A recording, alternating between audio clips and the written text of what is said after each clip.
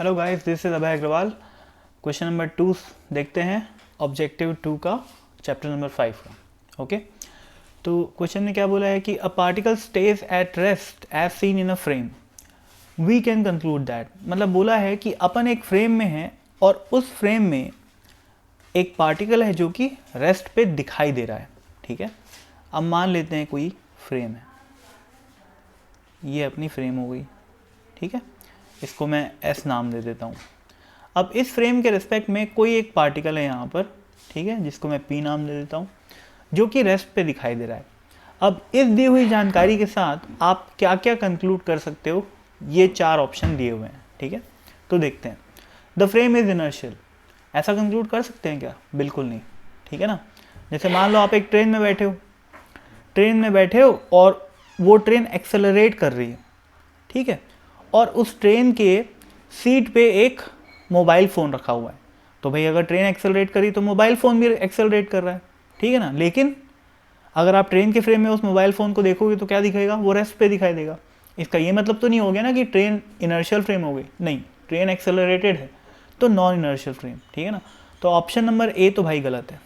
अगला देखते हैं, resultant force on the particle is zero. No भाई, जब फ्रेम एक्सेलरेटेड है और फ्रेम के रेस्पेक्ट में पार्टिकल रेस्ट पे है, इसका मतलब पार्टिकल भी एक्सेलरेटेड है। ठीक है, पार्टिकल भी एक्सेलरेटेड है। पार्टिकल अगर एक्सेलरेटेड है तो इसका मतलब क्या हुआ कि उस पर रिजल्टेंट फोर्स जीरो नहीं है। ठीक है ना, तो बी कैंसिल। सी देखते हैं, द फ्रेम में be inertial but the resultant force on the particle is zero.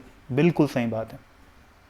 अगर सोचो आप इनर्शियल फ्रेम में हो, जैसे ट्रेन मान लेते हैं इस बार कांस्टेंट स्पीड से जा रही है, ठीक है, या फिर रेस्ट पे खड़ी हुई है। अब आप मोबाइल फ़ोन को देखो जो कि सीट पे रखा हुआ है, तो क्या दिखाई देगा कि आपको मोबाइल रेस्ट पे दिखाई दे रहा है, और चूंकि ट्रेन भी रेस्ट पे है या फिर कांस्टेंट वेलोसिटी से मूव कर रही है, इसका मतलब ट्रेन पे कोई फोर्स नहीं लग रहा, पार्टिकल नॉन एक्सेलरेटेड है। ठीक है, तो इसका मतलब पार्टिकल पे भी कोई नेट फोर्स नहीं लग रहा है। ठीक है ना, तो अगर फ्रेम इनर्शियल है तो resultant force on the particle क्या होगा? जीरो होगा। ठीक है, तो सी ऑप्शन जो है सही हो गया।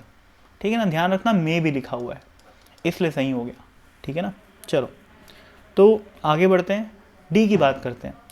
द फ्रेम में be non inertial but there is a non zero resultant force. देखते हैं भाई,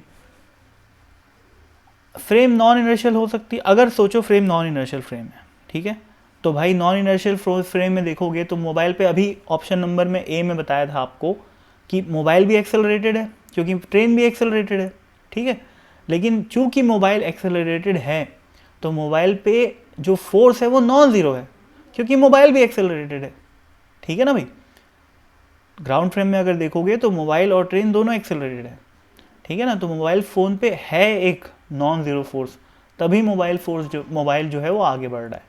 ठीक है, तो ये बात है, तो डी ऑप्शन भी अपना सही हो जाता है। प्योर इमेजिनेशन का सवाल है ये। ठीक है, और बिल्कुल बेसिक इनर्शियल और नॉन इनर्शियल फ्रेम में जो डिफरेंस होता है वो आपका क्लियर होना चाहिए, आंसर बिल्कुल आपका स्ट्रेट फॉरवर्ड आ जाएगा। ठीक है, तो thank you, I hope the explanation was clear and bye.